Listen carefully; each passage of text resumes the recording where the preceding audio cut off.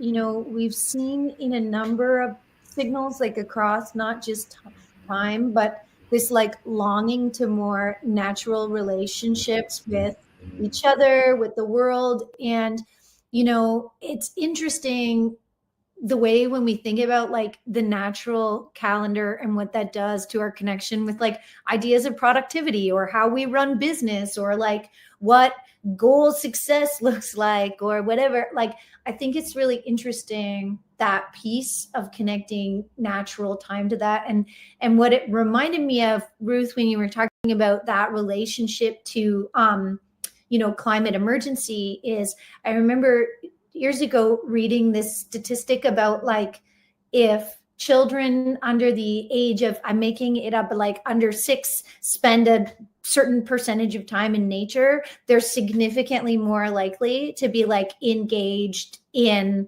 like environment and like have a healthier relationship with like climate stuff. So that to me is really interesting, because it's like if we're all moving towards more natural, then there's sort of perhaps this cascade effect with like how we have a relationship with time. I was just going to add too, I'm so grateful you all reminded me of like talking about these examples. And I think it's so interesting the way we're all like, the clock, like the clock is the worst part, and I'd forgotten that when I was 15 years old, so I did a lot of canoe tripping as a teenager. And when I was 15, I did a 36-day canoe trip with like a group of other girls my age. And there were several things we weren't allowed to bring on the trip. Mirrors was one, but clocks was another one. And we're not allowed to bring watches. And I remember that our relationship with our days, with each other, it was like I learned how I can tell the time with my hands. We would eat when we were hungry, and it really just had a different spaciousness, So I think it's just really exciting that we're here having these conversations. It makes me feel optimistic. I love that so much. It makes me think also what you said, about kids and nature affecting their sort of long-term relationship with nature. Kids and time reflecting their long-term relationship with time. Maybe the change to effect is actually, what does time look like in schools?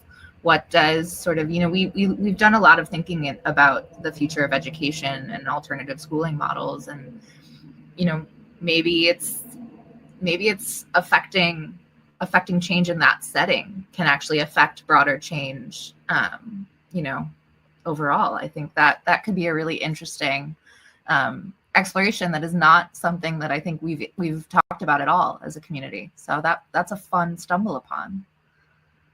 Does anybody have any thoughts about that? We just like it. No, I mean, I think it's fascinating. I think if you think about, the British schooling system, I think is largely similar to the American one.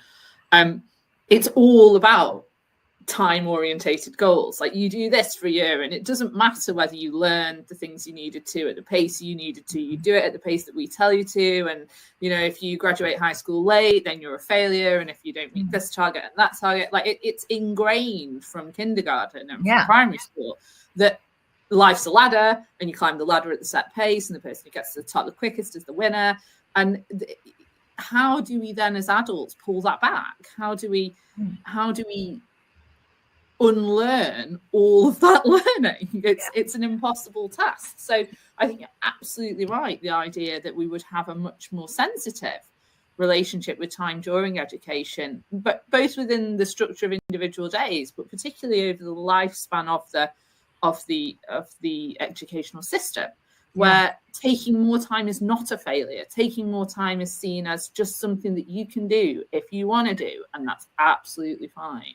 And how do we navigate that sort of system, which would ultimately, for society, be better for everybody?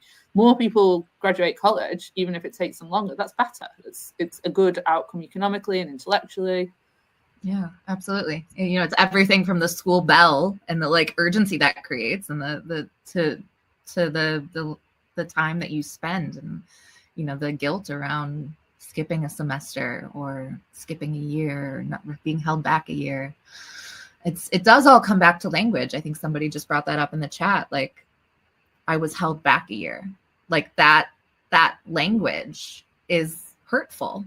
You know, it's not empowering in any way, which is really something that's really interesting.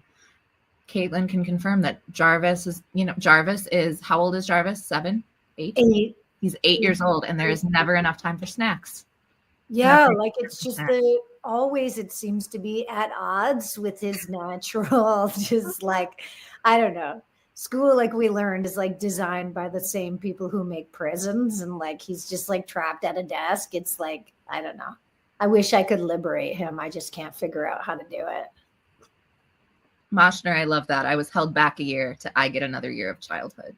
It's just an interesting perspective. You're not always trying. You're as a kid, you're taught to chase adulthood in the same way that we're all chasing time. And how do you make it not something that you're chasing, but rather, to Caitlin's point, this spaciousness that you get to live in and exist in and use how you sort of see fit.